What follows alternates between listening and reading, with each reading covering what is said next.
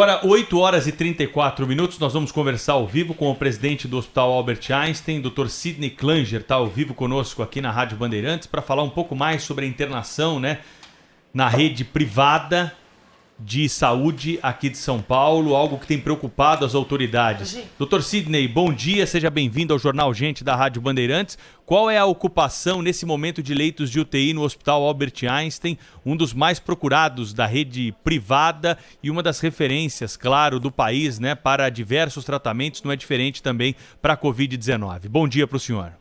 Bom dia a todos, bom dia aos seus ouvintes. Infelizmente a situação aqui é uma situação de um aumento progressivo do número de casos.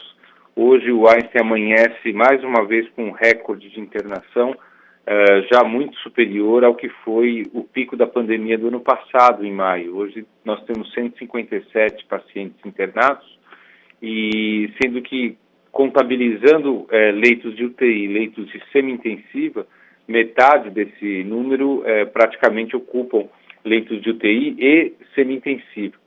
A porcentagem é difícil a gente dizer, porque nós temos tido a habilidade de transformar apartamentos e alas que não eram destinadas à Covid para a Covid, conforme uma expertise ao longo do ano passado que foi adquirida. Porém, isso vai também prejudicando o atendimento das doenças não Covid. Haja visto até uma demanda reprimida do ano passado, nós estamos com um movimento muito grande daquilo que não é Covid também. Dr. Sidney, muito bom dia, bem-vindo aqui à nossa conversa. Eu queria saber do senhor, assim, já é possível, como é que eu diria, explicar esse surto, esse pico da pandemia, porque as pessoas atribuem muito às celebrações de fim de ano, outras já ao carnaval, etc. É isso mesmo ou não? Ou há indícios de que temos aí as variantes já estão pressionando aí a ocupação dos leitos hospitalares, etc., está provocando uma infecção de um número maior e também com maior rapidez.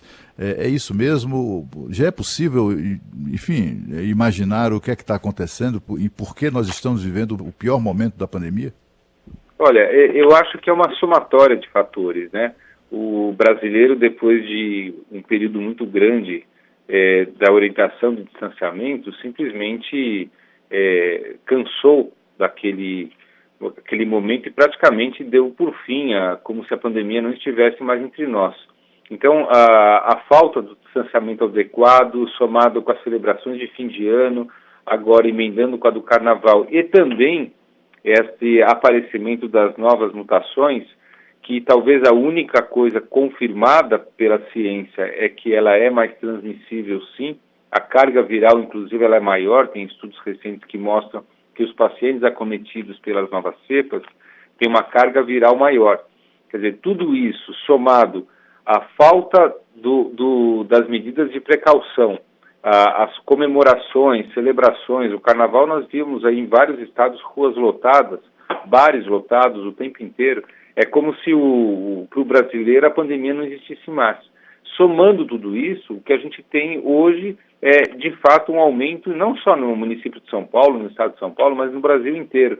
A gente está vendo a lotação colapsar nas UTIs no Brasil todo, o que é, infelizmente, uma catástrofe, Se a gente imaginar que nós estamos falando hoje, da situação de hoje, relacionada à contaminação de 2 semanas atrás, eu tenho muito medo do que vai acontecer nas próximas 2 semanas. Dr. Sidney, bom dia. Quando o senhor fala de carga viral mais alta, o que isso significa? É a doença mais grave, mais transmissível ou as duas coisas? A gente não consegue falar se a doença por essas novas cepas ela é mais grave, se ela leva uma letalidade maior, mas os exames onde você detecta a quantidade de vírus presentes no paciente contaminado tem se mostrado maior esta quantidade nos pacientes das novas cepas. A gente tem recebido informações, doutor Sidney, de que a faixa etária das pessoas internadas em UTI está caindo no Brasil inteiro. Tem um dado do ABC que é impressionante. Média etária, 47 anos nas internações em UTI. No Einstein isso também está acontecendo? Não, isso não é verdade conforme pode ser algum dado observacional, mas a gente tem que convir também que quem está se expondo mais é essa população. Então não há como falar que essas cepas acometem pessoas mais jovens. As pessoas mais jovens estão mais expostas do que no começo, e são quem de fato vai trazer a doença talvez para familiares de risco ou mais velhos, mas mesmo estes familiares estão mais conscientes e se poupando. Então existe uma alta exposição dessa faixa etária, sem falar, obviamente, naqueles que são portadores de alguma comorbidade, como obesidade, como hipertensão ou diabetes, né? Então não há como fazer esse tipo de relação num âmbito que se comprove. Doutor Sidney, o senhor disse agora há pouco que está com muito medo das próximas 2 semanas. Você imagina nós, né, que não temos, digamos assim, conhecimento científico do senhor. Que tipo de cenário o senhor imagina nessas próximas 2 semanas? Olha, aliás, eu não sei se é melhor não ter esse conhecimento científico, né? Porque a gente acaba estudando mais e ficando mais apavorado com o que pode acontecer. Mas o que a gente espera é um aumento a tal ponto que, de novo, o sistema de saúde tenha que fechar as portas para as doenças que não são Covid, sob o risco de você não ter leitos de UTI ou leitos de casos moderados ou até leves para você oferecer para a população. Isso tem acontecido de uma maneira diferente, muito mais hoje no setor privado, onde quase 90% dos leitos estão ocupados, do que no setor público. Ainda tem um respiro maior. Mas o receio é esse, do sistema de saúde colapsar e você ter um apendicite em casa ou um infarto em casa e não ter acesso à saúde. Dr. Sidney, o Hospital Albert Einstein, por ser uma referência em tratamento de saúde, talvez tenha esse dado, né, sobre pessoas que tomaram já a vacina e, de alguma forma, contraíram alguma comorbidade parecida, próxima aos sintomas que os doentes com coronavírus têm. Tem algum levantamento nesse sentido? Pessoas que foram vacinadas e chegam aí a um atendimento no Einstein ou até mesmo a serem internadas por conta do coronavírus? Olha, não dá para falar, primeiro porque a quantidade de pessoas vacinadas ela é ínfima, né? Se a gente olhar, o Brasil chegou a 5% nesse fim de semana, então a escala é muito, muito pequena, não dá para a gente ter qualquer tipo de estudo. Segundo que grande parte dessa população tomou apenas a primeira dose, a população principalmente de pessoas mais idosas e profissionais de saúde. Então não dá para ter esse tipo de informação e eu não tenho visto assim na parte de observação pessoas que foram vacinadas a primeira dose adquirirem coronavírus.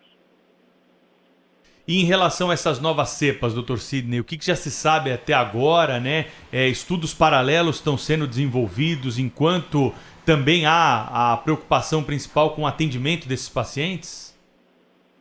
Infelizmente, o Brasil ele não tem a capacidade de ter uma vigilância epidemiológica baseada em medicina genômica capaz de fazer essas avaliações em grande escala. Então, a gente viu alguns casos aí de uma maneira muito pontual no interior de São Paulo, em Araraquara, em São José dos Campos, casos que positivam, mas você vê, esse teste para detecção de novas cepas, no Reino Unido, ele é feito em 10% dos casos contaminados. Aqui uma porcentagem de 0,0 alguma coisa, quer dizer, é muito, muito pouco para a gente ter algum grau de informação. Então, infelizmente, nem a detecção das novas cepas nós somos capazes de dar de modo real no nosso país, por conta de não termos a capacidade científica para tal, exceto alguns pontos, alguns laboratórios que fazem isso a maneira de pesquisa. Dr. Sidney Klenner, presidente do Hospital Albert Einstein, ao vivo conosco na Rádio Bandeirantes, entrevista também agora na capa do portal UOL.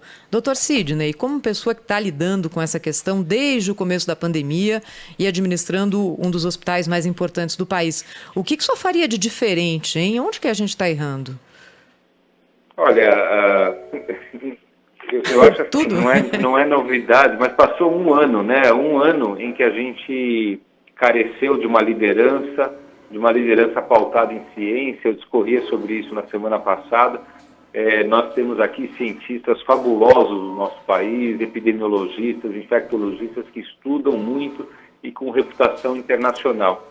E, infelizmente, a gente teve uma liderança dúbia, a gente teve vários tipos de liderança, algumas não baseadas em ciência, e isso deixa a população realmente em dúvida daquilo que é para fazer. Exemplos a gente teve aí durante todo esse ano com relação a como lidar com a pandemia. Então, é difícil a gente conscientizar a população de que, neste momento, a gente precisa ficar mais distanciado, a gente não deve se aglomerar, quando existem duas formas de liderar uma crise. E a crise, essa crise de saúde, ela depende de uma liderança sempre, uma comunicação adequada e uma liderança sólida. Países que tiveram isso, hoje estão lidando com situações muito melhores, como a Austrália, como a Nova Zelândia, como Israel. Então, eu acho que nós carecemos muito. E a outra coisa é que o que vai tirar o país dessa situação, eu não tenho dúvida que vai ser uma vacinação em massa. E quanto mais rápido isso acontecer, melhor. Infelizmente, nós estamos a passos muito, muito morosos para isso. Se bem que o Brasil, né, doutor Sidney, está entre os países que mais vacinam pessoas do mundo. É impressionante como esse é um problema também mundial, né? A falta de vacinas. O número de vacinas aplicadas no Brasil é o sexto ou sétimo maior do mundo. Agora, eu gostaria de saber do senhor o seguinte: as pessoas parecem ter concluído ou chegado ou estão se comportando como se não houvesse uma pandemia aí na rua, né? E há pessoas que defendem um tratamento de choque do ponto de vista da conscientização das pessoas, da sociedade de uma maneira geral, né? Por exemplo, mostrando claramente, né, imagens de pessoas em crise aguda de respiratória, exatamente como decorrência da Covid-19. As pessoas, quando são levadas à UTI, é uma coisa desesperadora. Quem assiste ou quem já ouviu a descrição dessa cena fica absolutamente impressionado com isso, né? E a impressão que dá às vezes é que as pessoas não têm essa noção, não têm a noção do que as espera se ela eventualmente contrair a doença e evoluir essa doença para uma situação que exija internação na UTI. O senhor vê alguma... Assim, eu sou muito simpático com essa ideia. Eu comecei a ficar simpático com essa ideia de uma espécie de tratamento de choque, né? De expor a situação claramente, para mostrar como é grave essa doença. O senhor acha que talvez isso pudesse alertar as pessoas? Olha, isso aqui pode ser uma pecinha pequena de uma estratégia de comunicação. Mas hoje a gente vive num mundo de rede social, de fake news, de WhatsApp. Você pode expor também, de um modo irreal, situações do contrário. Eu acho que falta mesmo uma liderança em que a população confie e essa liderança ditar o comportamento como deveria ter sido feito. E não a necessidade do convencimento através de imagem. A imagem, você tem toda a razão. A imagem é horrível porque a gente lida com esse tipo de caso aqui. A gente teve a oportunidade de ter o maior hospital da América Latina exclusivo para Covid como referência para a prefeitura, foi um hospital do Mboimirim, onde nós chegamos a ter 220 leitos de UTI ocupados, muitos deles por jovens com fatores de risco. Então, é horrível, essas imagens chegaram a ser divulgadas, mas isso não é suficiente, né? Porque hoje em dia você tem como manipular a informação com rede social, de novo com tecnologia. Eu acho que o que falta mesmo no nosso país, o que faltou para este tipo de liderança é uma comunicação adequada e uma liderança única. Doutor Sidney, quando a gente ouve essas informações sobre lotação de hospitais e de UTIs, acho que a primeira reação é de um grande susto, um grande medo. Você fala, olha, tal hospital está com 100%, o outro está com 90 e tantos. É aquela impressão de que estamos na iminência de não podermos mais oferecer atendimento hospitalar para parte das pessoas que estão necessitando. No caso da administração do Hospital Albert Einstein, esse risco existe? Como é manejar essa procura por leitos de Covid, doutor Sidney? Esse risco existe. Como no começo da pandemia, quando nós não sabíamos o que ia vir, nós resolvemos, aliás, foi uma quarentena decretada com parada de atendimento das questões que não eram relacionadas à Covid ou à urgência. Então, muitas pessoas protelaram os seus tratamentos, os seus controles de doenças oncológicas, os seus controles de doenças crônicas, com prejuízo à própria saúde. E nós tememos que, nesse momento, haja necessidade de acontecer o mesmo. Quer dizer, você coibir cirurgias que deveriam ser tratadas, para você adiar essas cirurgias. O adiamento, obviamente, de cirurgias oncológicas, por exemplo, põe em prejuízo o paciente que depende do tempo para se curar. Ou mesmo o seu controle, porque não há leito para fazer um tipo de acompanhamento. Então, existe o risco, sim.